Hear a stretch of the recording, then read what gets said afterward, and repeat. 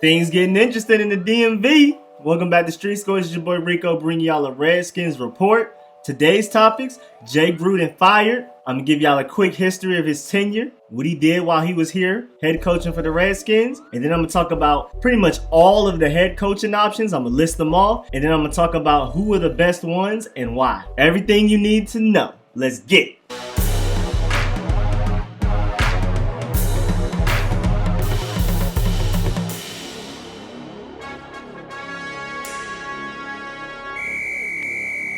Jay Gruden has been fired. They called y'all mans up to the Redskins office at 5 in the morning. 5 in the morning. He had to wake up at 4 in the morning, drive to the office just to get fired. Why wasn't he just called or sent a text or something, or email at least? They could have paged the man. They hated on Buddy. They didn't have to do him like that. I hope they bring in Bruceless Allen at 3 in the morning to fire him. But anyway, they fired the man after a 0-5 start for the 2019 season. Worst start for the Redskins since 2001.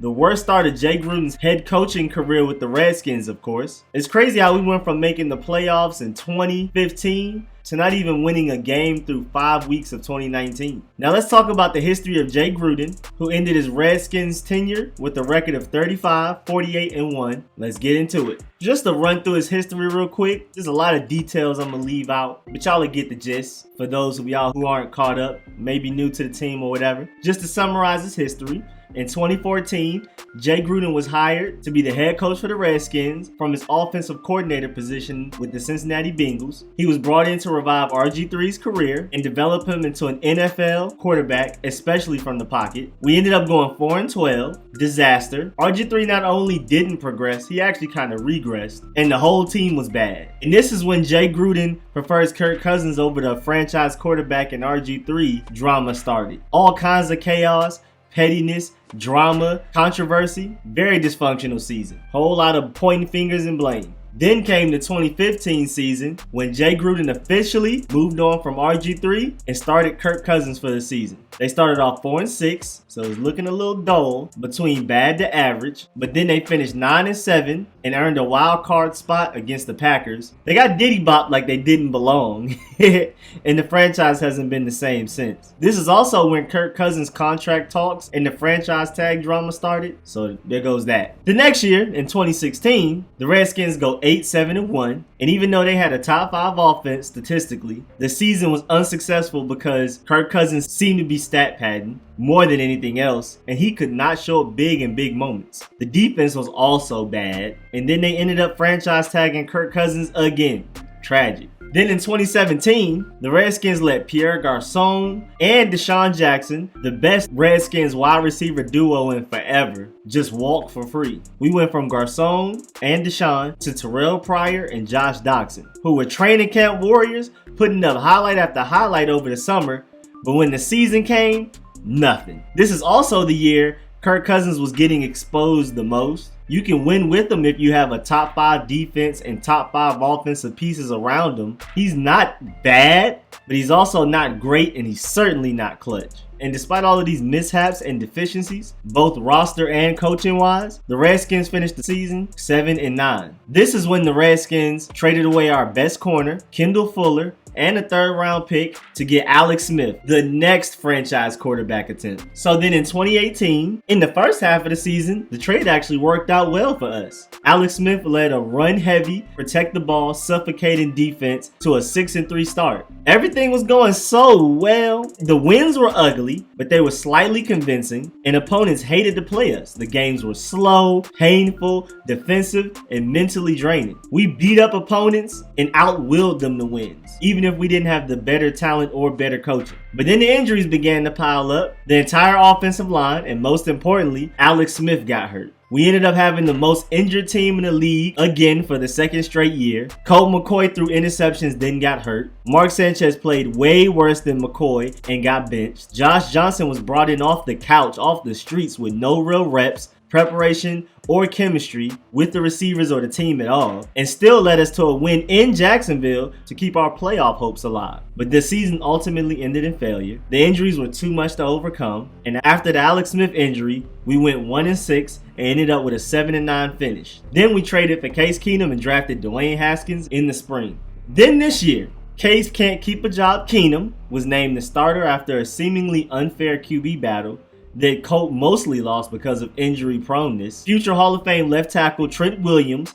decided to hold out, and Bruceless Allen refused and still refuses to trade him. The Redskins offense, with all of these tragedies, along with the injuries to the O-line and wide receivers, performed better than what I expected coming into the season, but still vastly underperformed. I thought we were going to be the worst of the worst, but we just ended up being terrible, especially in the last 3 games against the Bears, Giants, and Patriots. The offense has just been ugh. The defense was really bad until the Patriots game. Dwayne Haskins got thrown out there to the Wolves, vastly unprepared, against the Giants, and it showed. But then Jay Gruden decided to start sorry self Colt McCoy, who I've been rooting for heavy for the past few years, but it's very clear that he is not the answer for the Redskins. He is a career backup, a solid backup, not a starter. And after the 33-7, one wide receiver sweep with Steven Sims away from getting shut out, lost to the Patriots on Sunday, Jay Gruden was fired 5 a.m. the next morning. And now we're here. Jay Gruden is gone. After entering his 6th season, the longest tenured head coach under Dan Snyder ever, Bill Callahan, who was also the head coach for Nebraska and the Raiders before in the past, was promoted from offensive line coach to interim head coach, and there's reports that him and Jay Gruden did not get along at all. Kevin O'Connell, the offensive coordinator, has been given full play calling responsibilities. Full in quotations, we'll see about that. He is basically now on an 11-week interview for the future head coaching job, which means he has the biggest advantage to becoming the Redskins head coach next year, especially with the successfully head coaching careers of previous Redskin coordinators, Matt LaFleur with the Packers, who are 4-1, Kyle Shanahan with the 49ers, who are 4-0, and the legendary Sean McVay, who just went to the Super Bowl last year and can get you a great job in the NFL if he just pats you in the head. But I'm going to talk about head coaching options soon. I want to talk about the near future first, like today, tomorrow, and this Sunday. Other than what I already mentioned with the head coaching and play calling, everything else will mostly stay the same, sadly. No other coaching changes. Greg Minuski is still the defensive coordinator, which is Bill Callahan's decision, and is to most of our detriment, even though they showed some hope against the Patriots, mostly because of the front 7 making plays. Another very sad thing that is staying the same is that Colt McCoy or Case Keenum will continue to start going forward. For now, no Haskins. But Callahan also stated that they will take a couple of weeks to develop an offense around Dwayne Haskins, insinuating that they want to get Dwayne Haskins out there as soon as possible, but they want to make sure they have an offense in place catered towards him and give him quality reps and practice before they throw him out there into the wolves. Again, they want to make sure they have a nice offense built around his talent and traits so that he can be successful in the NFL as a starter. So hopefully he becomes a starter sooner rather than later, like in the next couple of weeks. We'll see though. But one of the very few changes that is being made is that Bill Callahan, who already played a large role in the run game, says he will run the ball a lot more and utilize Adrian Peterson's skill set a lot more. But at the same time, if Bill Callahan is pushing hard for the Redskins to run the ball a lot, how much power does Kevin O'Connell actually have, assuming his 100% fully controlled play calling responsibilities? Will he actually have the chance to prove himself? Very good question to ask. We'll have to monitor the situation in the future. But this season will be interesting, I'll tell you that. We had one report that a Redskins player said that they are happy that Jay Gruden is gone because people weren't taking him seriously. They would be on their phones and just chilling during meetings and stuff, reportedly. On the other side though, one Redskins player said, quote, if they think this, as in firing Jay Gruden, will make us better this season, it won't. Another player said somebody had to take the blame, insinuating that Jay Gruden was just the fall guy, fire him and make it seem like it's his fault, even though really it's Bruceless Allen and Dan Snyder's fault all along. More so than Jay Gruden. Jay Gruden has some blame to own up to, but it's definitely more of a front office issue than Jay Gruden. Jay Gruden was just the fall guy. Though we fired him, so now things will change guy. But with Bruceless still here, no coach can really even fix the Redskins. And even worse, what coach would want to come here and be a coach and put up with Bruceless and Dan Snyder? We can't fire the owner, but Bruce Allen can definitely go. But I will get into why Bruce Allen needs to go so bad in far more detail in my If I Were the Owner of the Redskins video. That will probably be almost an hour long when I put it out. I'm going to talk about the draft, free agency, coaching and front office hirings, player development, players we need to trade away, franchise strategy, everything that I would do if I owned the Redskins from here till summer 2020 as far as building a successful franchise. It's gonna be crazy, but back to the topic at hand. Who are all of the head coaching candidates out there? And then, who are the best candidates and why? First, let's list most of the available options that make sense. And then I'm gonna go into detail about which ones are the best and why. There are so many candidates. To start off, we have our offensive coordinator, Kevin O'Connell, like I already mentioned. Cowboys passing game coordinator, Chris Richard. Chiefs offensive coordinator, Eric Bieniemy. Tampa Bay defensive coordinator, Todd Bowles. Iowa State head coach, Matt Campbell. Colts defensive coordinator, Matt Eberflus. Patriots linebackers, Gerard Mayo. Former Packers head coach, Mike McCarthy. Oklahoma head coach, Lincoln Riley. Steelers head coach, Mike Tomlin. Former head coaches Tony Dungy, who's a sports analyst, and Herm Edwards, who is currently Arizona State's head coach. And then there's also Tampa Bay offensive coordinator Byron Leftwich, Green Bay defensive coordinator Mike Pettine, Raiders offensive coordinator Greg Olson, with the O, not an E, not the tight end for the Panthers, Patriots offensive coordinator Josh McDaniels, Patriots special teams coordinator and wide receivers coach Joe Judge, Saints defensive coordinator Dennis Allen, Seahawks offensive coordinator Brian Schottenheimer, yes, Marty Schottenheimer's son. Chargers offensive coordinator Ken Whisenhunt. Former 49ers head coach and current Michigan head coach Jim Harbaugh. Cowboys offensive coordinator Kellen Moore. Jaguars offensive coordinator John DeFilippo. Vikings offensive coordinator Kevin Stefanski. Browns offensive coordinator Todd Monken. Baylor head coach Matt Rule. Iowa State head coach Matt Campbell. Washington State head coach Mike Leach. And even though I highly doubt he would come to the NFL, especially to us, there's also former Ohio State head coach Urban Meyer. Now, of course, there's some names out there I probably missed, but the people I listed are the people that matter the most. And now I want to talk about the most important candidates out of that group, starting with Eric Bieniemy, the Kansas City Chiefs offensive coordinator. He's probably the hottest name on the market right now.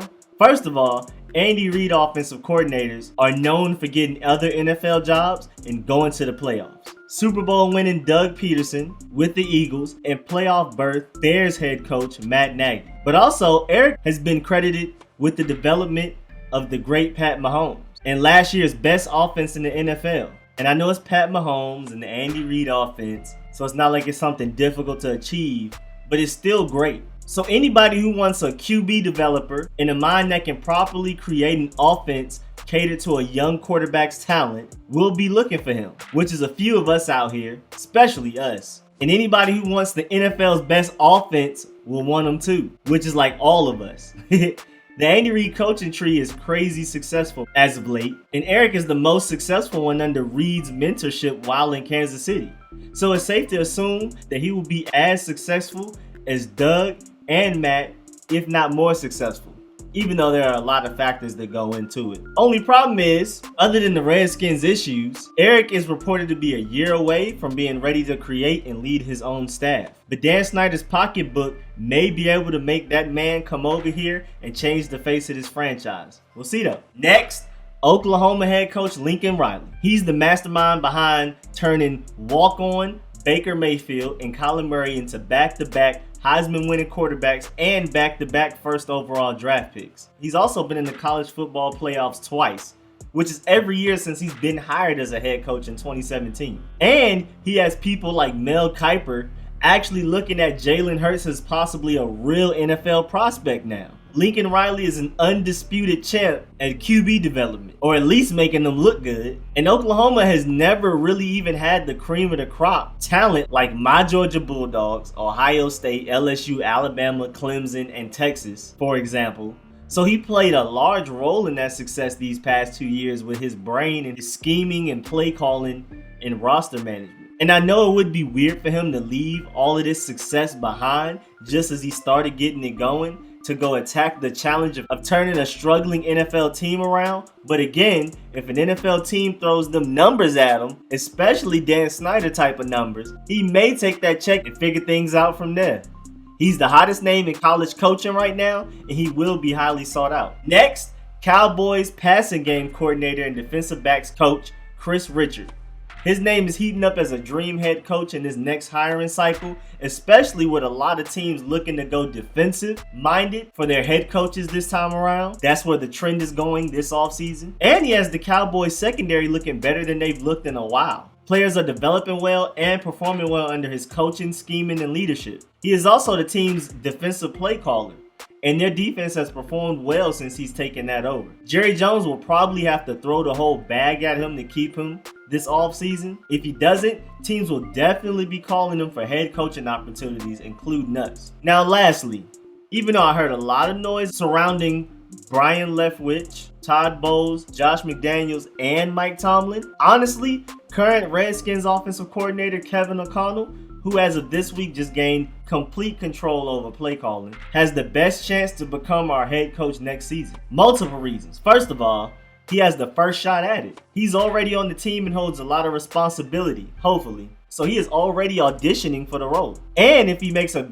great impression this season, the organization will want to promote him. And even if they don't, there will be tremendous pressure from the fans and players to promote him to the head coach position. Second, the Redskins do not want to let another Sean McVay or Kyle Shanahan slip away and make it to the Super Bowl just like those two did soon after leaving the Redskins. They will want to keep him in-house. And the only way to do that is to promote him to head coach at the age of 34, which is crazy. Third, he actually has potential.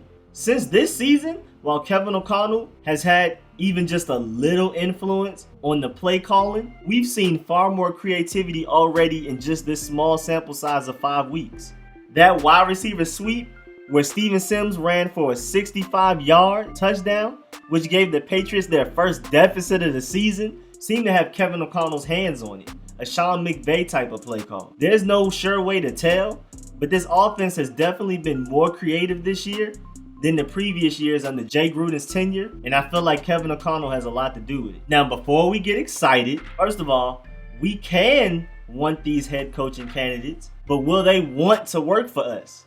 The only thing we really have going for us is that we could potentially have a really good crop of draft picks this coming draft, and also, Dan Snyder is a lot of bad things, but he certainly isn't cheap. Will all of these great potential head coaches be willing to pass up the largest offer to work for the Redskins, to work for cheaper at a place with better management?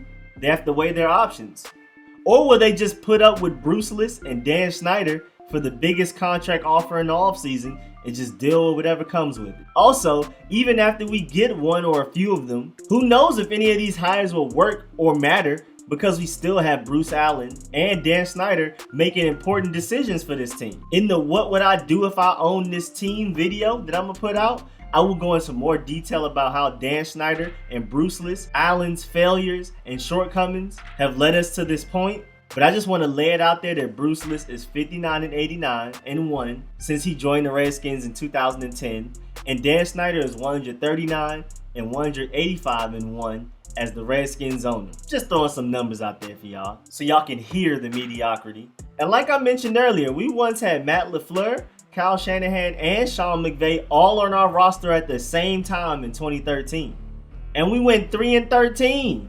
So even with all of that intelligence and creativity, a mix of the lack of talent and very poor management led to a very disappointing season. So I really hope we hire a great coaching staff, a no-nonsense, creative, innovative, confident, and risk-taking coaching staff that changes the culture. That would be great. And Eric Schaefer having primary control over our drafts have resulted in good drafts the past few years and can lead to greatness in the future. But at the end of the day, Bruceless Allen and Dan Snyder can easily find a way to mess it all up. We've seen it happen. I can easily see us bringing in some great coaches and then Bruceless and Snyder not allowing the coaches to do what they do best, like controlling them too much from behind the scenes, stifling the head coach's creativity and decision making. I hope they don't, but I wouldn't be surprised if they did. Not at all. So I'm just saying all of that to say, don't get too excited. There's a lot of great head coaches out there, and even if we get one, just remember Bruce Allen and Dan Snyder still run things. Now defensive coordinator wise, just to give y'all a little something more to the video, even though Bill Callahan still has Greg Minuski in place, and even though we may lose defensive line coach Jim Tomsula if we fire Minuski, for a new defensive coordinator, we could promote linebackers coach Rob Ryan, or promote DB's coach Ray Horton, or go get former Raiders coach Jack Del Rio, Tampa Bay defensive coordinator Todd Bowles, former Bengals head coach Marvin Lewis, Chris Richard from the Cowboys, like I mentioned earlier, and many others. Hopefully we don't just end up with Greg Manusky next year, who has this talent underperforming. It would be one thing if we were just really lacking talent, but even though we don't have the most talented defense, they are definitely not performing up to their talent, their potential.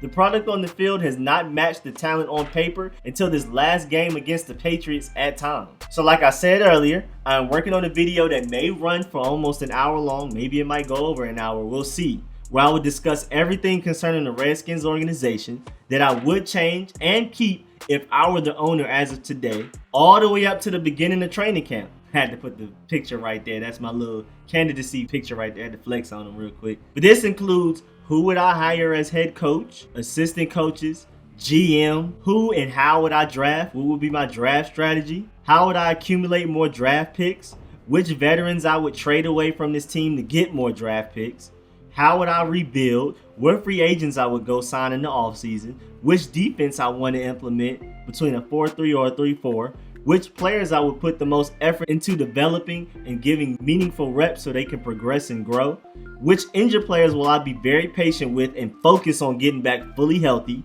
what will I do to fix this serious injury problem, and even more interesting topics. It's like I'm casting my ballot to run for the owner to replace Dan Snyder, you feel me? But that's it for this regular season episode of Redskins Report. Thanks for the view. I'm going to keep bringing y'all updates on the Redskins year round. I'm going to bring y'all some Redskins reports, debate topics, interesting views like this, rankings, grades on the team, random details and guides, game previews and reviews, and of course, them live streams are going to keep coming. Make sure y'all get in them comments and let me know. How do y'all feel about Jay Gruden getting fired? Who do you want the Redskins to hire as head coach next season? Who do you want as defensive coordinator? Are you worried about the development of Dwayne Haskins? Are you worried about whether or not Kevin O'Connell actually has full control of the play calling? And also, y'all already know, make sure y'all Dolomite fake punch that like button, favorite, subscribe, I'll subscribe back, and most importantly, comment and share. And again, thank y'all for the support. Donate if you got it, please. I'm saving up money for a really good laptop so the stream stop crashing. I can get videos out to y'all quicker. The stream quality will be better. I'll have more going on and all of that. So in the link in the description, I have all of the ways that you can donate to the channel. I will shout you out. Again, thank y'all for the support. I'll catch y'all later. I'm out.